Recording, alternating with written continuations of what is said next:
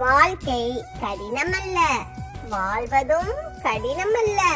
நம்மை சுற்றியுள்ளவர்களை சமாளிப்பதுதான் மிக மிக கடினம். அறிவுரையை அளவாய் கொடுங்கள். அவரவர் சூழ்நிலைகள் வேறு, அவரவர் பாதைகளும் வேறு.